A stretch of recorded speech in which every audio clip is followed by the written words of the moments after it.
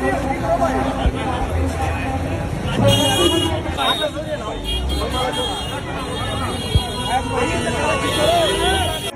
लड्रावण जी भी हमारे साथ है, बहुत सहयोग करते हैं, समाज हित में कार्य करते हैं, उनका भी धन्यवाद करता हूँ। भाई हरत शिकारा करता है, दिल से धन्यवाद करता हूँ। जितने कदम आपने यहाँ पर सुल्तानपुरी में रखे हैं, हम आपके हमेशा आभारी रहेंगे। तालियां से कमेटी की तरफ से भाई हरत शिकारा जी का स्वागत कर रहे हैं गदा देकर।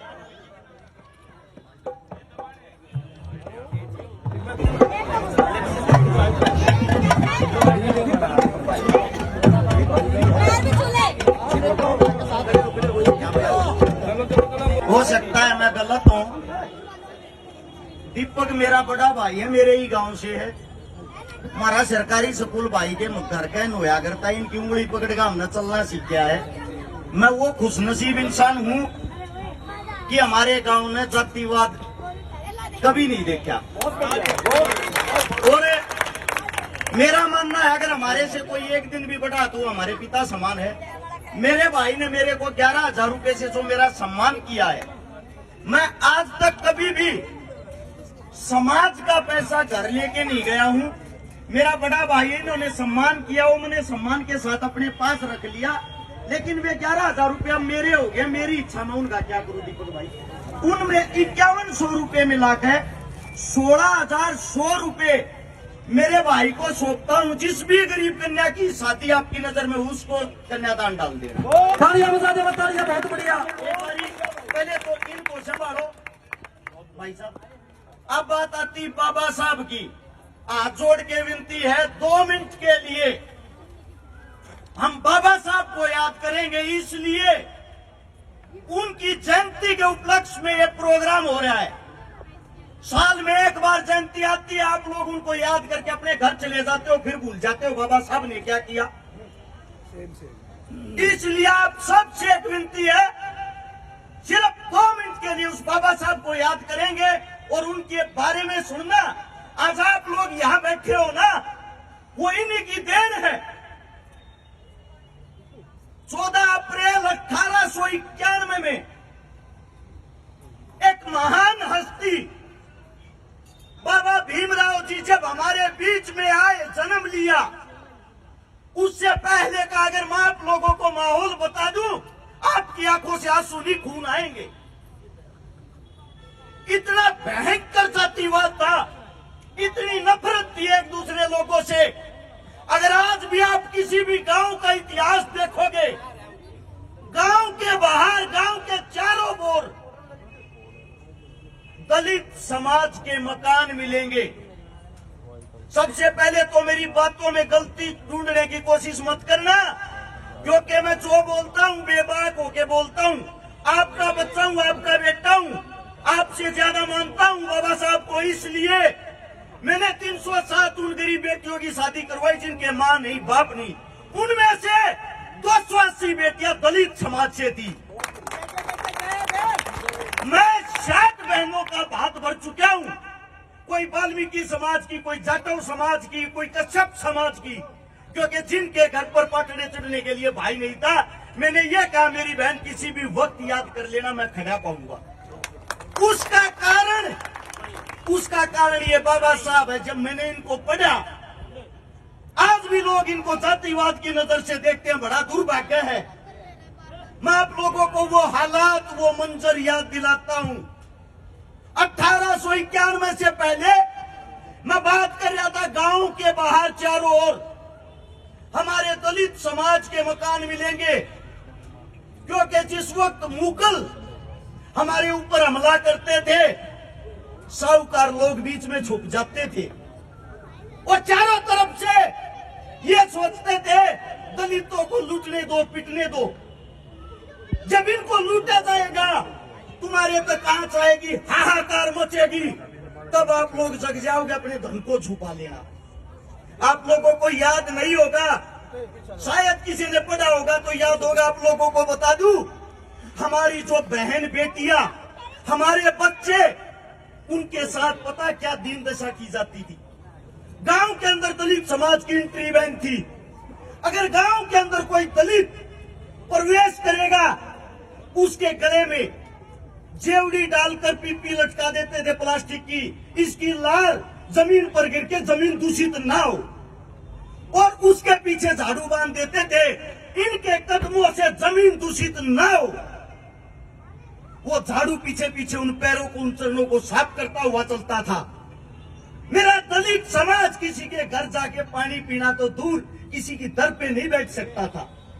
मैं आप सबसे पूछना चाहता हूं, सभी के अंदर हार्ड मांस खून है, कपड़े निकाल के नंगा खड़ा कर दो, मैं चैलेंज करता हूं किसी की शक्ल देख के कोई किसी की जाति बता दे तो।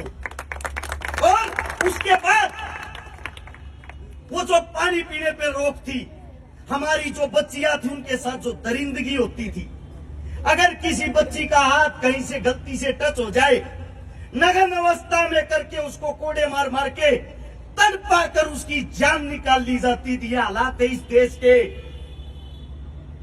जब बाबा साहब पैदा हुए, बाबा साहब स्कूल में गए, बाबा साहब के पिताजी राम जी उनको स्कूल उंगली पकड़ के लेके गए तो मास्टर जी हाथ जोड़कर खड़ा हो गया। यहां सब उच्चतम जाति के लोग पढ़ते हैं। बाबा साहब के पिताजी बोले ये उच्चतम जाति कौन सी है, मैंने तो मनुष्य जाति पढ़ा था, मेरे को मेरा बच्चा पढ़ाना है, लिखाना है। मास्टर जी हाथ जोड़कर बोलते हैं आपके बच्चे को जब पढ़ा सकता हूं, आपका बच्चा स्कूल के बाहर नहीं, स्कूल के अंदर क्लास में नहीं, स्कूल के बाहर बैठ के सुनेगा। आपका बच्चा अपने घर से अपने बैग में अलग से डालकर अपनी टाट लाएगा बैठने के लिए दरी।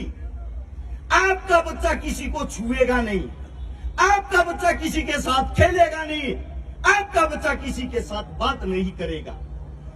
जब ये बात सुनी, राम जी ने कहा मुझे मंजूर है, क्योंकि मुझे मेरा बच्चा लड़ाका बनाना है।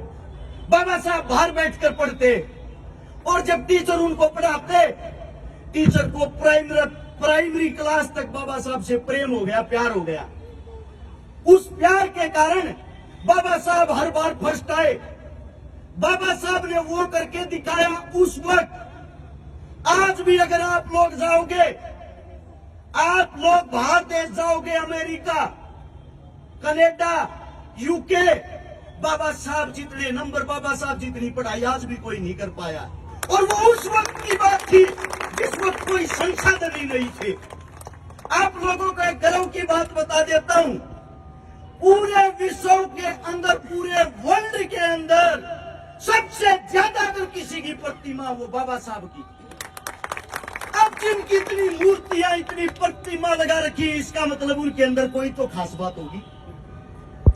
अरे मैं एक बात कहता हूं, 1927 में आप लोगों को इसलिए आजादी मिली थी।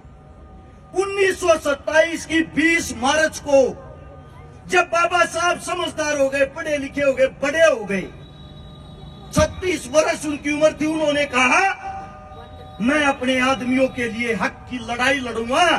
कौन कहता है मंदिर नहीं जा सकते, कौन कहता है हम पानी नहीं पी सकते तालाब से, मैं ये सब करके दिखाऊंगा। महाराष्ट्र के अंदर एक जगह है महाड़, महाड़ के वहां उच्चतम कोटि के जो आदमी अपने आप को समझते थे सब इकट्ठे हो गए, और सब ने बोला तेरे में हिम्मत है, तू मंदिर में घुस के दिखा, तेरे को यही काट के दाग देंगे। बाबा साहब ने चैलेंज किया, 3 दिन का समय देता हूं, आऊंगा, घुसूंगा, और इसी प्रांगण में बैठ के मैं भी पूजा करूंगा, और इसी तालाब में नहाऊंगा, इसी में पीऊंगा। उस चैलेंज को स्वीकार करते हुए 10,000 मेरे दलित भाइयों के साथ बाबा साहब वहां पहुंचे। जिनके आदमियों का रक्त बहा, खून खराबा हुआ, उनको मारा, बाबा साहब प्रेम से आगे बढ़ते रहे। उसी तालाब पे जाके बाबा साहब ने पानी पिया, और फिर उसके बाद इन अनेकों दलितों ने, हजारों दलितों ने वहां पानी पिया। बाबा साहब अपने साथ में 3 कुत्ते भी लेके गए, उन्होंने भी पानी पिया। उसके बाद मंदिर चढ़े, पूजा की, और फिर बोले अब तो ये मंदिर भी दूषित हो गए, ये तालाब भी। मैं उन उच्चतम कोटियों के आदमियों से पूछना चाहता हूं, अब आप लोग पानी कौन से ग्रह से लेके आओगे? उन्होंने बताया इस पृथ्वी के ऊपर जिसने जन्म लिया है, जीव जंतु पशु इंसान सबका बराबर का हक है, बराबर का दर्जा है। वो दिन है जिस दिन से हमें आजादी मिली। वो असली दिन था जिसके लिए बाबा साहब लड़ रहे थे। उनका पूरा का पूरा जीवन इस लड़ाई में समर्पित हो गया। लेकिन दुख एक बात का है, 1956 में 6 दिसंबर को बीमारी के कारण बाबा साहब अपनी लड़ाई अधूरी छोड़ के चले गए। आज की जो सच्चाई है, कोई भी सरकार हो, बीजेपी, कांग्रेस, जेजेपी, आम आदमी, कोई भी हो, सब आप लोगों के ऊपर सट्टा खेलती है। और आप लोगों की गिनती किस चीज में करती है? आप लोगों की गिनती किस चीज में करती है पता है? इनको शराब पिला के खरीद लेंगे, इनको पैसों से खरीद लेंगे। अरे हिंदुस्तान के अंदर जिसकी सबसे ज्यादा जनसंख्या हो, हिंदुस्तान के अंदर जिसका सबसे ज्यादा मजबूत भाईचारा हो, आप लोगों ने साक्षात्कार भगवान के दर्शन कर रखे हैं। कम से कम इसकी लिहाज रखते हुए क्या दोबारा से हमारे बीच से कोई बाबा साहब नहीं निकल सकता? क्या दोबारा से वही प्रेम, वही भाईचारा बनाने वाला नहीं निकल सकता? मुझे दुख है, मैं किसी की दर पे जब मदद के लिए जाता हूं, जब मैं किसी की मदद करता हूं, मेरी टांग खिंचाई करने वाले इसी समाज से 1000 आ जाते हैं, साथ देने वाला नहीं आता। और बाद में बोलते हैं ये तो हमारी जाति की बेटी थी, हमें करना चाहिए था।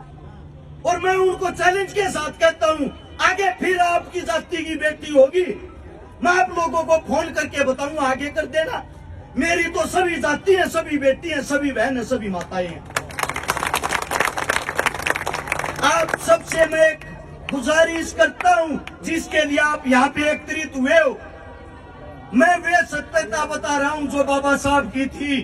यहाँ उठ के पल्ला झाड़ के अपने घर मत जाना, इनसे कुछ सीखना और इनसे सीखने के बाद इस समाज को सिखाने की कोशिश करना। जब आप अपने बच्चों के बीच से ये जातिवाद का कीड़ा मार दोगे, उस दिन समझ जाना हमारी तरक्की को कोई नहीं रोक सकता। अब एक नारा बाबा साहब का वहां तक जाना चाहिए, ऊपर तक उनको आवाज सुननी चाहिए। तेरे भगत आज भी कहीं तेरे को याद कर रहे हैं, तैयार हो?